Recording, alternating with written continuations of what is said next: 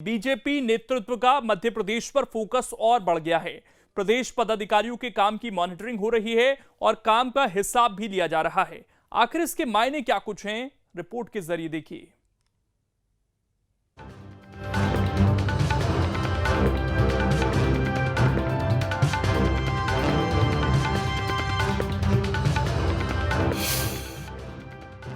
महामंत्री कितने दिन कर रहे हैं प्रवास?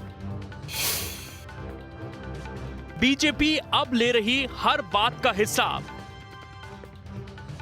2018 में जो चूक हुई थी वो आगे ना हो, इससे बचने के लिए बीजेपी फूंक फूंक कर कदम बढ़ा रही है।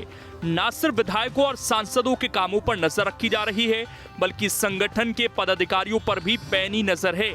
खुद प्रदेश प्रभारी मुरलीधर राव महामंत्रियों से हिसाब ले रहे हैं। इस बात की ताकीद भी की गई है कि हर महामंत्री अलग अलग इलाकों में प्रवास करें, प्रवास के दौरान कार्यकर्ताओं से संपर्क बढ़ाएं। अब संगठन मंत्री नहीं हैं, लिहाजा महामंत्रियों के पास संभाग की जिम्मेदारी है। हर महीने 10 से 15 दिन संभाग में जरूर रहें। निचले स्तर पर जाने से ही कसावट आएगी, जमीनी स्तर पर जाने से सच का पता चलेगा। इससे बूथ की मजबूती और कमजोरी का पता चलेगा।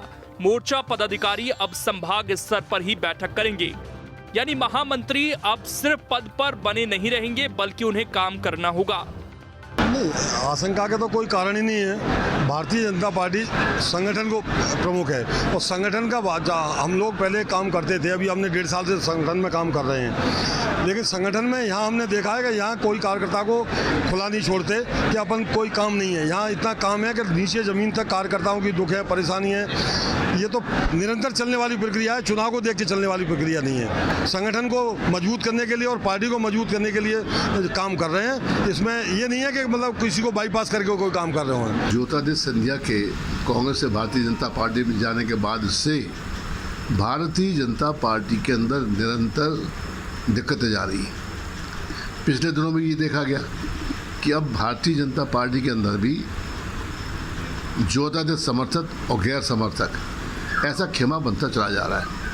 तो अब बीजेपी को लग रहा है कि ऐसा ना हो कि आने वाले दिनों में उन्हें किसी राजनीतिक संकट का सामना करना पड़े, और इसीलिए संगठन के अंदर वो अब ज़्यादा सतर्क हो गए हैं। यानी उनके अंदर कोई ना कोई ऐसी घबराहट के चिन्ह दिखाई पड़ रहे हैं, जिससे उनको लगता है कि आने वाली चुनाव की में उनको दिक्कत जा सकती है। नजर सिर्फ पदाधिकारियों पर ही नहीं है, बल्कि प्रभारी मंत्रियों पर भी पार्टी की नजर है। प्रभारी मंत्रियों को इलाके में प्रवास करना होगा। स्थानीय स्तर पर संगठन उनकी रिपोर्ट तैयार करेगा। उसी रिपोर्ट के आधार पर प्रदेश स्तर पर समीक्षा होगी।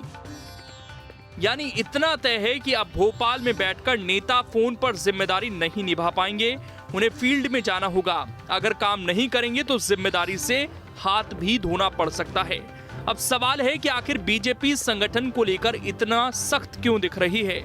तो दरअसल ऐसा देखा गया है कि ज्यादातर पदाधिकारी भोपाल में बैठे रहते हैं। इससे जमीनी स्तर का आकलन नहीं हो पाता, कार्यकर्ता भी कनेक्ट नहीं हो पाते। दिक्कत कहां और कितनी है, इसका पता भी नहीं चल पाता।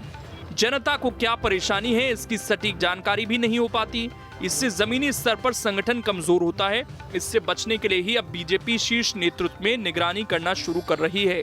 दरअसल 2018 में पार्टी की हार इसीलिए हुई थी कि पार्टी के कार्यकर्ता घर बैठ गए थे।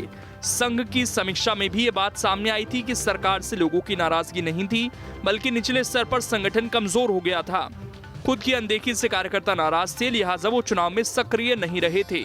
इसीलिए पार्टी की 2018 में हार हुई थी। भारतीय जनता पार्टी में महामंत्री हों या कार्यकर्ता, प्रवास करना एक आम बात है।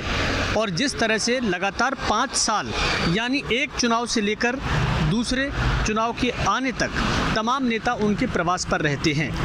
पिछले कुछ दिनों से प्रवासों की संख्या ज़्यादा बढ़ गई है। इसीलिए ये कहा जा रहा है कि कहीं ये कोई चुनाव की तैयारी तो नहीं, या फिर पार्टी को कहीं किसी प्रकार की दूसरी रणनीति बनाने की ज़रूरत तो नहीं पड़ रही।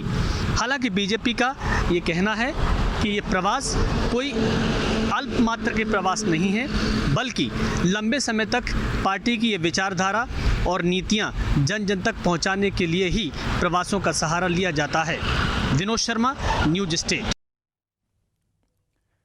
अब इसमें खबर तो यह है कि बीजेपी कार्यकर्ताओं को हर हाल में एक्टिव रखना चाहती है। ये एक्टिव तभी रहेंगे जब उनसे संवाद होगा। अभी तक बड़े नेताओं से कार्यकर्ता कनेक्ट नहीं हो पाते थे, इससे जमीनी सच्चाई का पता नहीं चल पाता था। इसीलिए इस बार बीजेपी कोई रिस्क नहीं लेना चाह रही।